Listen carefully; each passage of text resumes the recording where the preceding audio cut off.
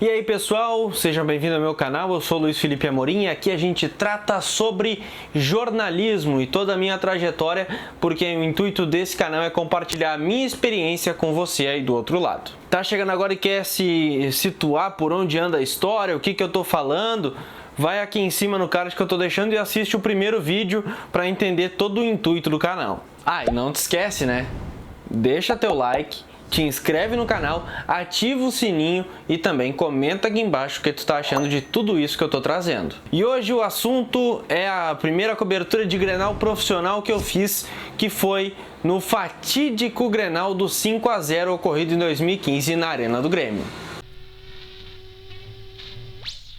Bom, para começar a contar essa história tem que ir no pré-jogo, porque era um jogo que começava às 6h30 da tarde na Arena, né, no dia 9 de agosto, sim, eu tô colando aqui, ó, tô colando do guia da partida, dia 9 de agosto de 2015.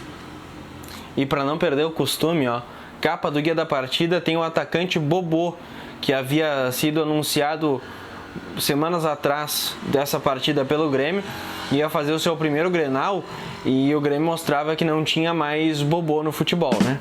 Depois do primeiro trocadilho em 8 vídeos, até que eu me segurei bem, né? Me segurei. Mas vamos lá. O jogo era às 6h30 da tarde, mas como eu já disse em outros vídeos, eu sempre chegava antes. Se eu não me engano, esse jogo eu cheguei 2 horas da tarde na Arena. E é um jogo onde as rádios, aliás, levam equipes maiores também. São o dobro de número de repórteres e o dobro de número de profissionais trabalhando também, porque outras rádios que não fazem jogos da dupla Grenal, por exemplo, a Rádio Caxias, que não tá todo o jogo da dupla Grenal aqui, nessas ocasiões, em jogos especiais, em clássicos grenais, acaba vindo outras equipes de reportagem de outras rádios, como da Rádio Caxias e de outras rádios do interior. Ou seja, o número de profissionais dobra ou triplica, né, em dia de clássico Grenal, seja no Beira-Rio ou na Arena. Claro que o Beira-Rio tem um pouco menos de espaço para a imprensa, a Arena já tem 2 alas, né, ala leste e oeste, que abrigam cabines de imprensa, e tem mais a zona mista, que fica na porta dos vestiários, né, da Arena do Grêmio. Já no Internacional, a zona mista fica atrás dos vestiários, não tem uma ligação direta com os vestiários da zona mista, mas ela acaba acontecendo também de maneira com que a assessoria do Internacional faz os jogadores passarem pelo cercadinho para ir até o elevador de saída. Com cercadinho eu quero dizer gradil, onde a gente fica atrás do gradil, o jogador passa nesse corredor que tem o banner do clube atrás, e aí ali acontecem as entrevistas coletivas pós-jogo dos jogadores, né? O técnico fala na sala de coletivas. É o Grenal do 5-0, mas também é conhecido como o Grenal do fato novo, porque essa expressão foi usada muitas vezes pelo presidente do Internacional, Vitório Pífero, na época, né? O Vitório Pífero, hoje é o Marcelo Medeiros, em 2020, mas na época o Vitório Pífero ficou marcado por isso. E é o jogo onde o Odair Hellmann acaba comandando o Internacional, já que havia tido a demissão do Diego Aguirre dias antes do clássico. Chegando na Arena, a parte principal é que a equipe é maior. Eu vou tentar buscar a foto. Se eu tiver foto da equipe que estava lá, eu vou estar colocando aqui para vocês verem. E a equipe ela se torna muito maior do que ela é geralmente. Numa equipe completa tem de 5 a 6 pessoas, né? No Grenal chegou até 10, 11. Porque, por exemplo, são 4 repórteres, 2 que vão para o campo e 2 que ficam na zona mista. É muito importante o repórter de zona mista, porque é ele quem passa as escalações. Porque os repórteres de campo vão para o campo muito antes. É clássico, tem que acompanhar o público chegando. E, claro, tem mais repórter de torcida. E nessa jornada, a Rádio Galera estava com 2 comentaristas, Adriano Garcia e Paulo Bizarro. Além dos 2 comentaristas da Rádio Galera, tinha ainda mais o plantão e o narrador. Ou seja, narrador, 2 comentaristas, 4 repórteres, repórter de torcida e plantão, são 9 pessoas. 9 pessoas trabalhando só nessa partida.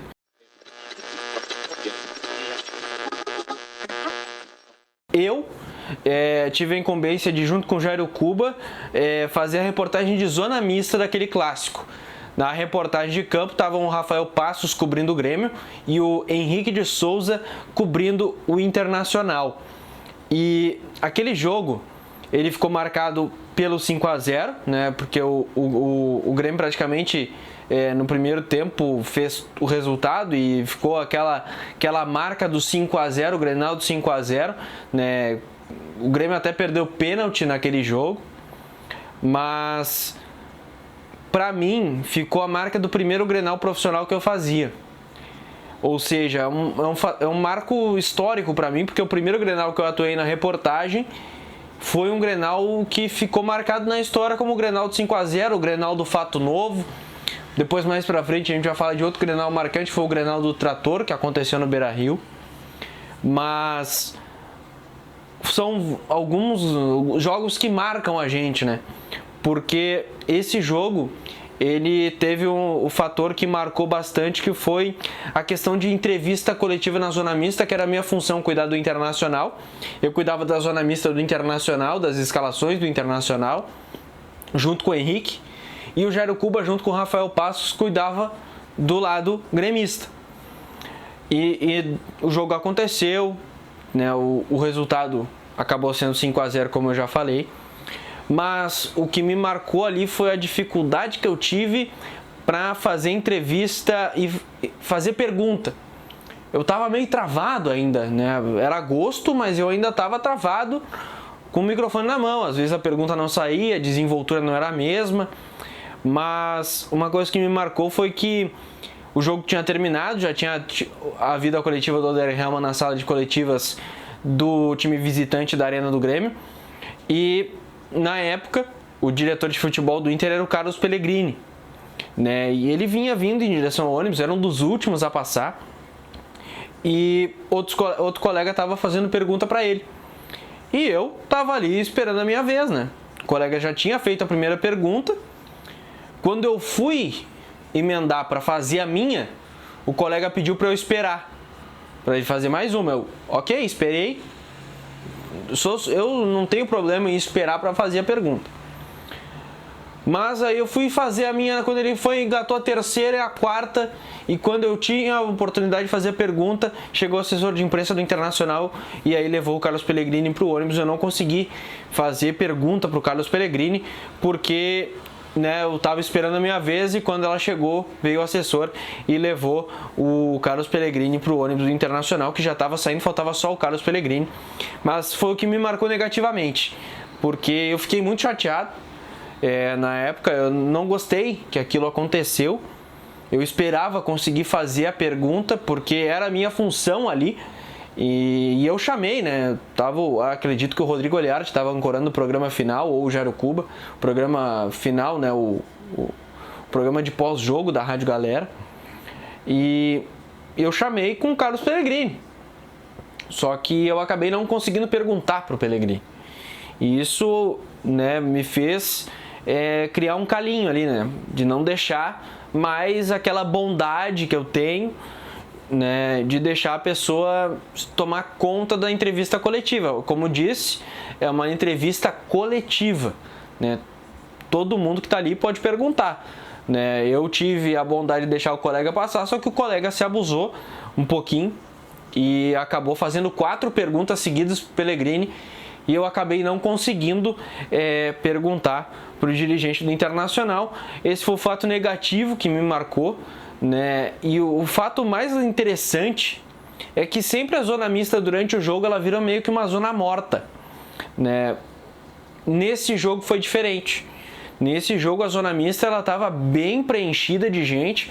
Tinha eu, Jairo Cuba, mais repórteres de outras rádios do Rio Grande do Sul e de Porto Alegre, que fizeram o mesmo sistema que a Rádio Galera fez, de terem 4 repórteres, e isso acaba deixando a zona mista bem cheia, né, de gente. Mas isso acontece apenas em jogos importantes do Gauchão ou de Campeonato Brasileiro. Na Libertadores isso já é mais frequente, porque na Libertadores o repórter ele não tem acesso ao campo, ele tem que ficar ou na zona mista ou na cabine. Na zona mista a gente fica basicamente até começar o jogo. Depois a gente sobe para a cabine e faz a reportagem da cabine, porque a gente tem a visão do campo sem o delay da TV, né? Tem como fazer da zona mista, mas aí tu tem o delay da TV e acaba atrapalhando, né, na reportagem em si do lance que está acontecendo, porque o teu narrador vai estar à frente de ti alguns segundos, 30 segundos, mas ele vai estar à frente e vai acabar atrasando um pouco a transmissão, né? Porque quando tu acabar de falar o lance, já vai estar na metade do outro lance e aí acaba atrapalhando um pouco o desenvolvimento da jornada esportiva em si. Esqueci de falar uma coisa para vocês.